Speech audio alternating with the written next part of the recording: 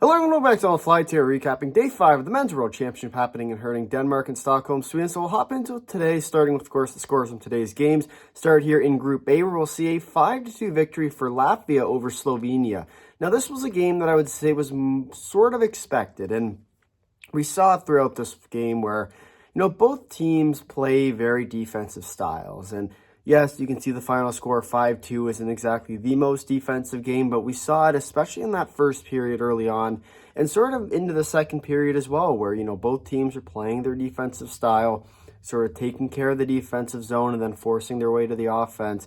And I think that's really sort of the storyline for these two teams at this tournament, where it's all about playing your style. And if you play your style long enough, eventually the results will come. And for Latvia, you come off of a tough Canada game, and now it's about getting back on track. And today, they looked really good in doing so, obviously picking up the victory, but it was also the way that they picked up the victory. Yes, you go up and you go down early, then you start to come back with the 3 goals in a very short time frame. But you look at the way they're playing, and it's not just single-dimensional hockey. They're taking care of both sides of the ice. They're playing a full 100-foot game.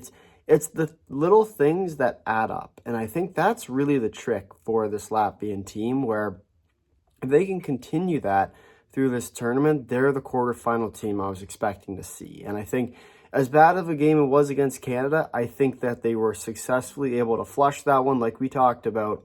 That's going to be the trick for them. They can flush that loss, move on for the rest of this tournament, and continue to find ways to chip at some of the better teams and take care of the worst teams. That's going to be the trick for Latvia, and I think they did just fine at that today. As for Slovenia, it was another game where I think we're slowly but surely seeing Slovenia become the team that they can be at this tournament. And I think, and we'll talk about it in a little bit, I think they definitely do have a shot to get out of the relegation game. We'll talk about that path in just a second here. But for Slovenia, it was a very well-played game today. You go up early. Yes, you let Latvia back in, but that's just Latvia being a better team. And for Slovenia, it's about playing chippy hockey for long enough to cause some problems. And they did exactly that. As soon as Latvia scores, what happens? Slovenia is right back at it. So I think for Slovenia, if they can continue that, they're not expected to win, and they accept that they're the underdog in these games. But I think if they can keep playing that way, with nothing to lose and playing their style, that's where some of the interesting things can happen at these kind of tournaments, where you get a hot goaltender for a game, and all of a sudden, instead of a 5-2 game, it's a 2-1 hockey game for Slovenia. And all of a sudden, the game is completely turned on its head. Obviously not the case today. Latvia does pick up the 5-2 win. And then we'll move to the second game of the day for Canada against France. And this was a game that I would say for the French is one that you want to forget about. I feel like we're sort of repeating the whole Latvia bit. But for France, you're playing against a tough Canada team, and you lose 5-0 in this one. But I think the way you kind of have to look at this game was you had a couple good chances, and not necessarily chances that you're going to look back and say, oh, we should have won this game, but chances in the sense that there's some positives to draw from this game. And as much as Canada found their groove, especially towards the end of this game, France played a decent enough game, I thought, in the early periods in this one, and then sort of let it slip away. But for Canada, slowly but surely finding their game, and they look better and better throughout this one. So I thought, for Canada, it was a well-played game, as much as, the goals didn't come all that quickly for them. I thought that, it's one of those games that you kind of have to earn your victory, and I thought, Canada played well enough today to win this game by a lot more. But, credit to the French, they play a good defensive style game, and we saw that in this one. So for this game, it's hard to talk a lot about this one because it was a 5-0 game and it played out that way. So we'll leave it there with a 5-0 victory for Canada over France rather. And then we'll move to the news we go with Slovenia with a chance. And for Slovenia, this is going to be their path in. And try to remember, you're trying to get out of that relegation spot. The bottom 2 teams in each group will be relegated, and we could also talk about this in a little bit in the standings, but I'd rather talk about it now because I think for Slovenia, it's a pressing matter. And I think if Slovenia can find the win against France, all of a sudden their pathway opens up. And I think Slovenia, if they're going to get out of the relegation spot, is going to have to be through France. I don't think they have a shot against Austria. Just the way Austria has the rest of their schedule laid out, I don't think Austria is going to be in a spot where Slovenia will be able to catch them. But for a team like Slovenia, it's all about the game that matters. And I think their game that matters is against France. And I think if they can win that game, don't be surprised to see them out of that relegation spot, because I'm not sure. I'm having a real difficult time saying that France is going to get out of that spot and get some points out to sort of push themselves away from Hungary if they do lose that game. So, of course, it's for a later date, but it's sort of something to keep an eye on there. And then for Latvia, with back on track today, they played a real good game today, and I thought that for Latvia, that's the game they kind of needed. And you go down early, you have a decent first, it sort of carries into the second, and then you score the goal, and then from there you really find your groove and you look to be the better team. For Latvia, I think they have the shot, and I still believe they have the shot. I've said it this entire tournament. I said it in the predictions. I still think they're a quarterfinal team at this tournament. So I just think that they can win these games and win the games against some of the other quarterfinal bubble teams. I think that's going to be their path in, but they also have to win those games. It's not a guarantee.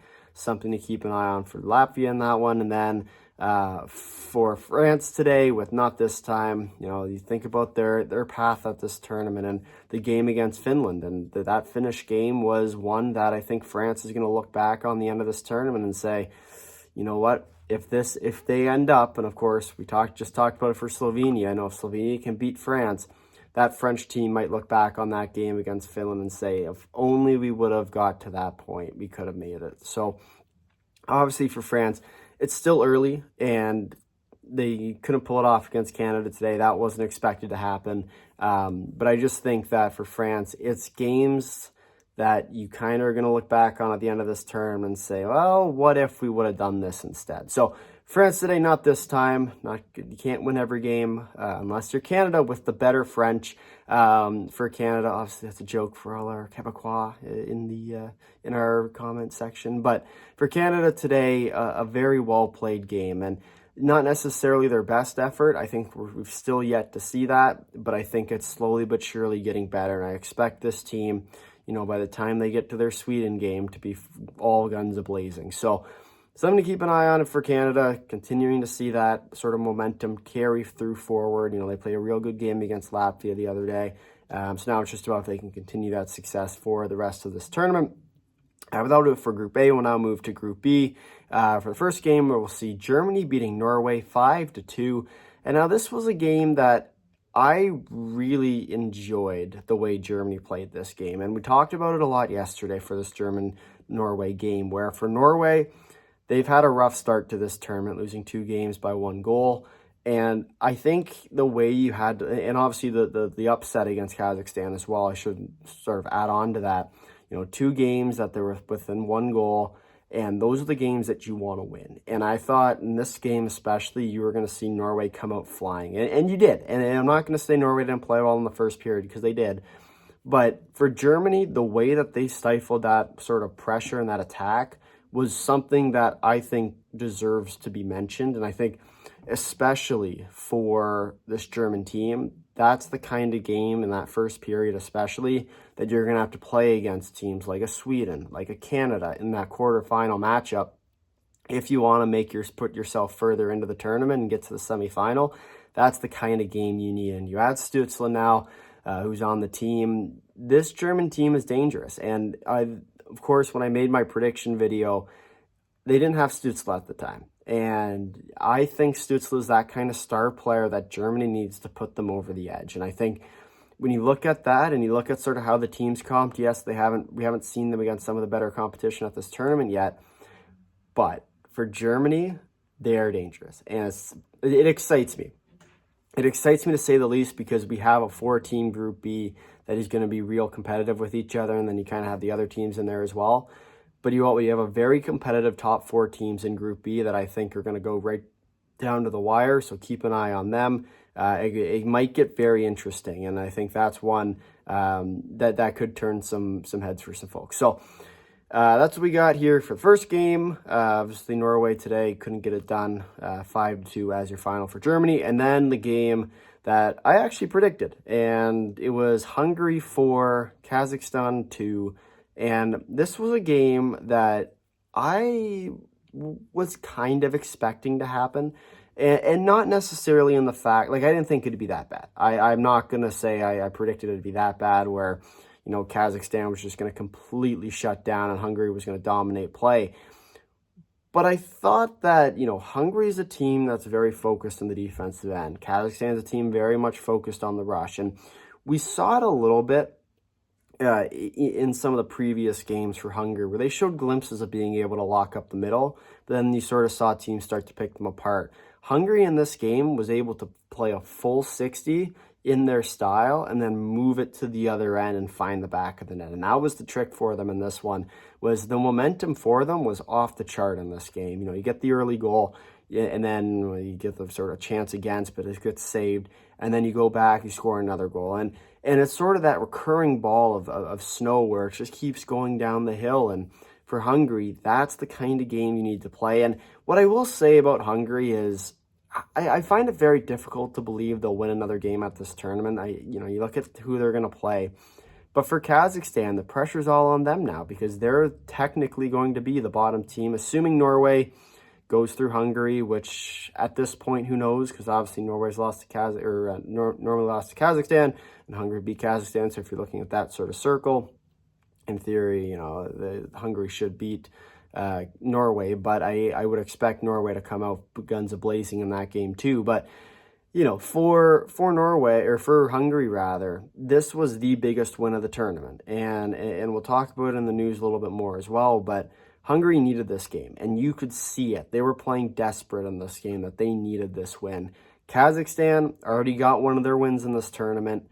They sort of had a little bit of trouble, getting into the game, and that's one of the best parts about this defensive style of hockey that we've seen from teams like Hungary, where if they can find it early and they're able to disrupt some of the Kazakhstan play, especially when they're trying to force it to the middle of the ice, that's where Hungary is so good. So for Hungary, a near perfect game today against Kazakhstan, taking this one 4-2 for the Kazakhs, obviously dropping a big 3 points to their relegation opponent. And I think that this will be a game that the Kazakhstan's going to remember as one that they would have liked to have back. So that's what we got here for the games in Group B. I will now flip to the news.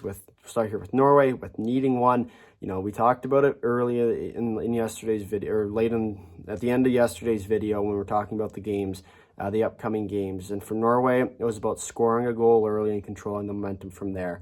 Couldn't get one. Instead, you give up the goal, you give up the shorthanded goal in the first period, and then all of a sudden the ice is tilted. And I just thought that for Norway, they needed that goal early in that first period to sort of shift the momentum. They didn't get it.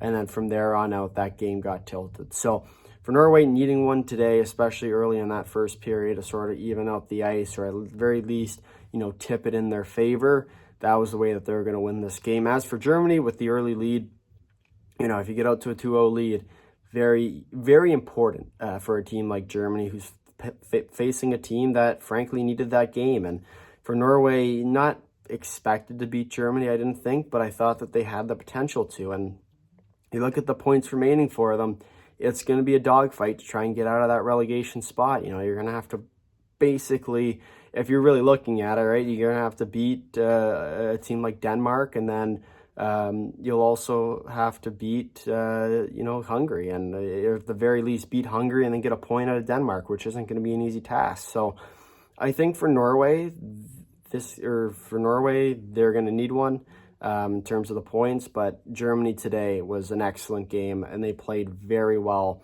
to sort of stifle that desperation play from Norway in this game. So Germany, well played today, and then we'll move on now to Kazakhstan for it's the one, and then for Hungary, that matters. And we'll say that quote, I think, in just about every single World Championship, World Juniors, U18s, Women's Worlds, but if you look back at every video, I think I've had the one that matters or one matters at a news section at least once in every one of these tournaments, because in these tournaments, it always comes down to the game that matters for these teams. And it's the game that matters for the teams on the top of the group. It's the games that matter in the teams for the bottom of the group. It's the teams that matter in the middle of the group.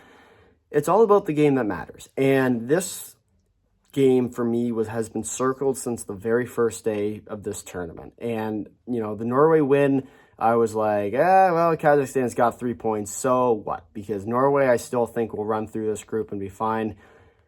I have a very difficult time believing Kazakhstan is going to get another point at this tournament now. And for Hungary, they're good. I think they'll be fine. They don't need any more points is what I'd say. I don't think they're going to get any more points. They've done what they can, I think, at this tournament. Now it comes down on Kazakhstan to see if they can find their way out. Speaking of the standings, let's flip it over there now. Start here in Group A with, of course, Sweden and Canada tied in first place with 9 points. Latvia in third place with 6 points. Finland in fourth place with 5 points. Slovakia in fifth with 4. Austria in sixth place with 2 points. France in seventh place with 1. And Slovenia in last place with 3 regulation losses. Then to Group B we will go with Germany in first place with 9. Czechia in second with 8. Switzerland in third place with 7. USA in fourth with 6. Hungary is going to be in fifth place. Remember the tiebreaker over Kazakhstan, who's in sixth with 3 points. Remember, it's that head-to-head, the very important one at that. I might remind you guys that, remember, when you're playing teams, it's the one that matters. And this game is going to be a very impactful game for Hungary. And I don't know. I really don't know. And I find it difficult to believe that, a team like Norway and Denmark, the team, as much as Denmark is 0-3, they've played the top-notch teams already in Group B, and now it's a little bit easier of a road in. Norway's the one that I'm not sure about. And I think if Norway and Denmark go to overtime shootout, I think they'll be fine. But honestly, I don't know. I really don't know. And then, of course, as I haven't mentioned yet, but Norway and Denmark both tied for 7th and 8th place, the last spot in Group B. Bottom team in each one does get relegated, but for Kazakhstan, I just think that they're going to need a point. They're going to need a point because I assume Norway, Denmark will get out of that 3-point range. And then it's going to be interesting. And one of the things I didn't talk about, which I probably should have in that game, was the late empty net goal for Kazakhstan on Hungary. And, the goalie's pulled, right? It's a 3-goal hockey game, and you're starting to think, well, if they do go, and then, of course, Norway gets 3 points, ends up losing to Denmark, then you have a 3-way tie.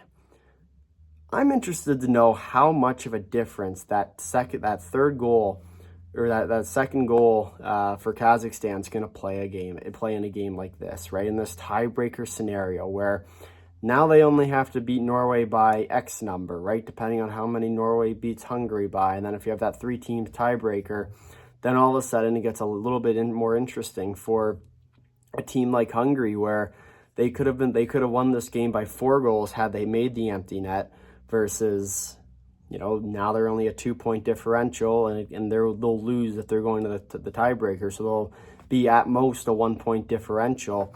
Could be interesting. I think it's one that could definitely be something to keep an eye on here. I just think that that empty net goal could be the reason why Kazakhstan ends up making it and not being the team relegated, but in the same respect, always could be interesting. And Norway's a team at this tournament that has had some of the worst luck. And not even just the fact that they've had bad luck, just they haven't played all that well. And they've played well enough, I think, to win, but not well enough to be where they are. So for Norway, winning games is all that matters for them. Denmark, I think, will have a much easier ride in. They go through the 3 powerhouses in Group B. Now it's time for them to sort of settle in and find their game. So lots to play in Group B. We'll, of course, be talking more about the standings as these days go onwards. Group A, I don't think there's too much to talk about. We talked about it, touched a little bit already on it. But Slovenia and France will be the game to watch in Group A for that relegation spot. So something to keep an eye on there. We'll now go to the games for tomorrow, and we'll start here in Group A. And we'll see here France and Slovakia. And I think Slovakia's at this tournament has been waiting, and they've been waiting in the wings to put down a thumping on a team. And I think we're going to see that against France tomorrow. I think, for France, it's not even that they're going to struggle in this game. I just think the way Slovakia has been slowly but surely getting primed up, they haven't played great. They didn't play well against Slovenia. They haven't played well against Sweden. They haven't played well against, it's every single one of these games for them that they just seem to have been missing by a little bit. And now I think it's time for Slovakia either put up or shut up, and I think you're going to see them put it up tomorrow against a tough French team. And I'm not saying France is bad, and I think in many ways France is a team at this tournament that I think are going to turn some heads. Especially look at that Finland game where they nearly won.